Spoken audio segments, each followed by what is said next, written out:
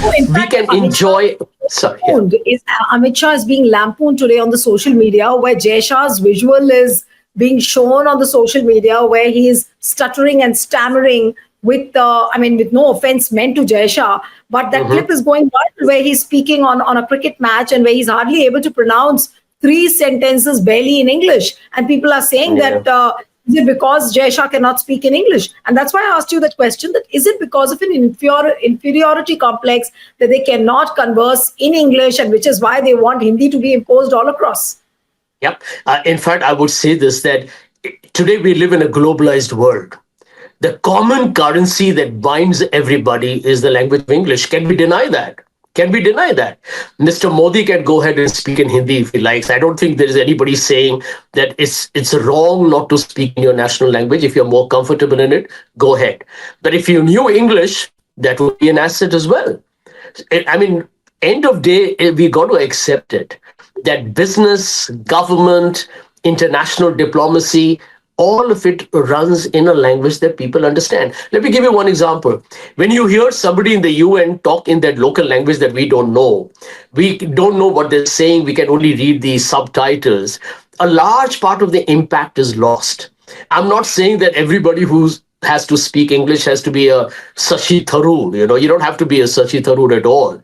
I mean, it doesn't matter how you speak, but to denigrate the language because for whatever reason the BJP, which we all know is more politically strategizing here, if you're going to denigrate a language or ridicule its long-term practical relevance in India by saying it'll become obsolescent and you will become awkward if you speak English language, mocks our own history. I mean, can we ignore that our history has a colonial past?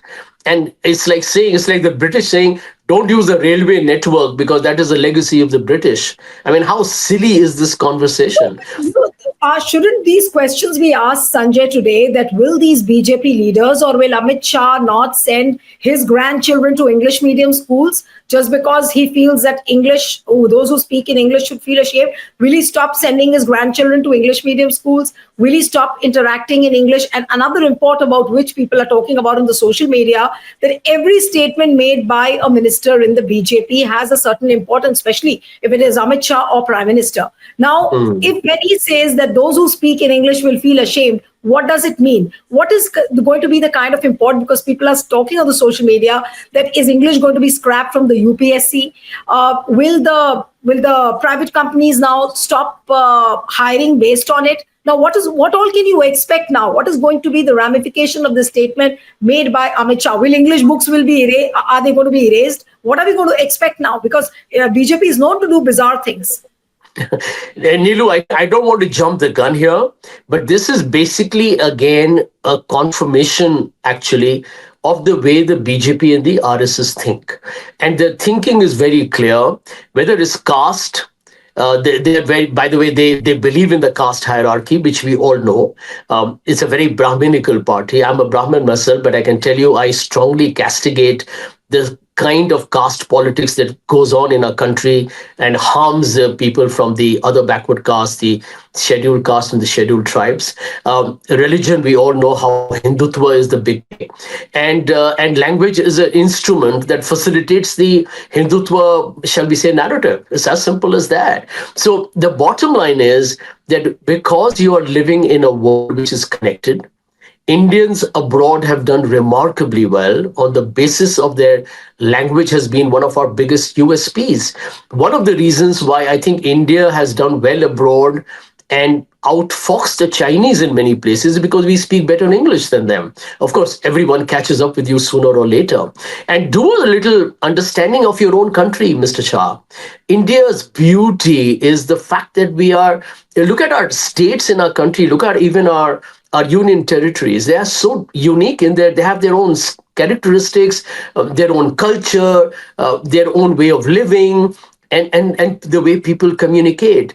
To therefore believe that English, because it was the language that the British spoke, and I need to appear more nationalistic or a hyper, masculine macho man who can defend the boundaries of India, which we also have seen recently, they can't. I mean, they will do this kind of hyperbole to create a conversation. And I feel Mr. Shah and the BJP truly haven't really understood, despite being in power for 11 years. Nilu, they cannot reconcile to the hard reality that you can't, shall we say, saffronize the country. It's not like a white canvas and you'll take one paintbrush and say, let me make it a saffron color. You can't. This country is beautiful. This country is one which is colorful. It has multiple colors in its flag. It speaks multiple languages, and it respects everyone's right to speak the language they do, which is why I think on the three language formula, this government has actually been caught on the wrong foot. I was reading a very interesting data, which is according to the 2011 census, which says that approximately 11% Indians speak English. This number, I'm sure, must have increased by now because it's a 2011 census figure, and the second most widely spoken language after Hindi.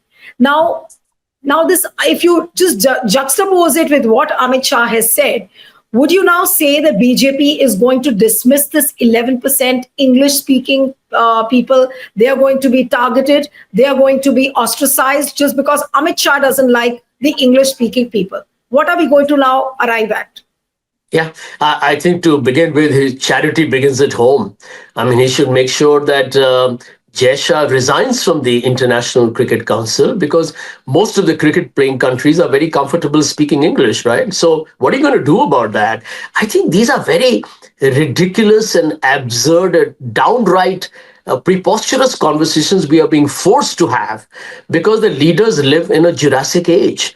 I think the BJP has always, if you look at their entire conversation, as they say, Vartalap in Rajniti, it's always about the past. You got to think ahead. You got to think about the future.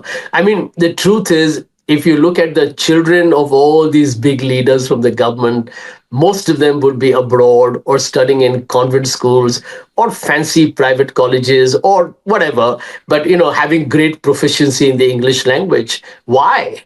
But I want to remind you, though, that why we cannot dismiss this statement as just some kind of a casual statement he made in an interview, because this is the same BJP and the government that talked about changing the name of India to Bharat some time ago. And you remember, the tone and tenor was exactly the same. Colonial past, the Congress was born in 1885 with an A.O. Hume. Everything is done to make you look awkward or corner you. For example, today there is this whole buzz, and let me say that at the end, that if you speak good English, they will say he's an elitist. So if you and I are having this conversation in an English language, they will say, यार ये तो अंग्रेज है. संजय जहाँ भी America में बैठा हुआ है. Yeah, this is such laughable nonsense, right?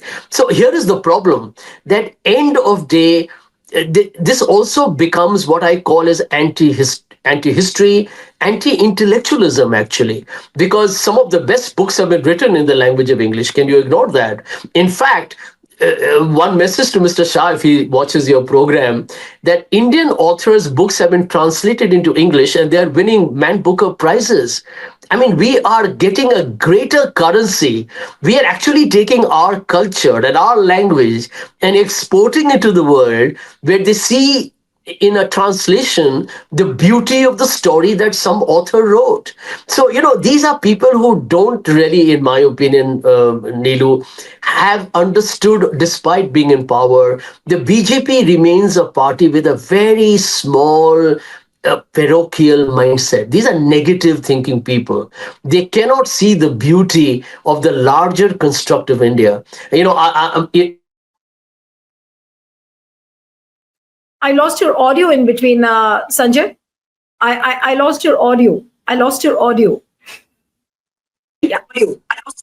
Yeah. Yeah. So, my basic point is Europe has 28 countries and they're all unique in their own ways.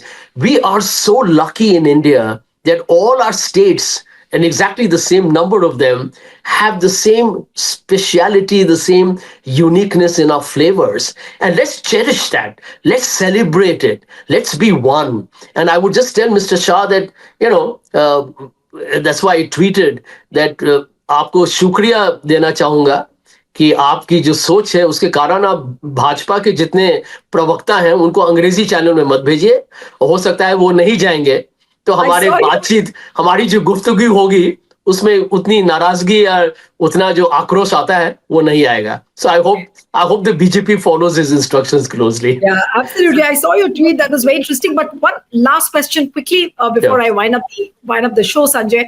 That Yeah. so basically, this Amit Shah statement should not be seen as any kind of love for Hindi, but it is purely connected to the BJP and RSS's monolithic agenda, and that's what you've spoken about. So that's what the conclusion we arrive at.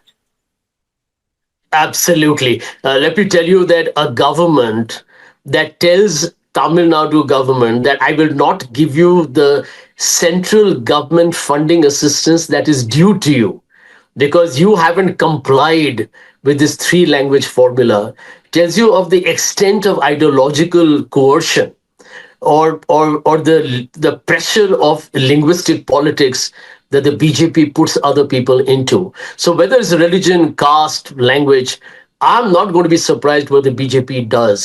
But please let us not ignore Mr. Shah's statement as just some kind of a remark made as an off the camera. It was on camera. It was said with, I think, a lot of gravitas.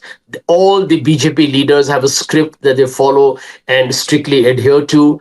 This has been manifested over the last 10 years. We see it in the current conversations on delimitation and the three language formula. And I hope the young people who are watching your program, I mean, they kind of wake up to the reality that politics, if you ignore politics, you may tell yourself you're fine, but politics will not ignore you. And that's the bottom line that we should never forget. Thank you so much, Sanjay. Thank you so much. And we Thank wheeled you. you out of your important meetings. Thank you so much. Don't worry.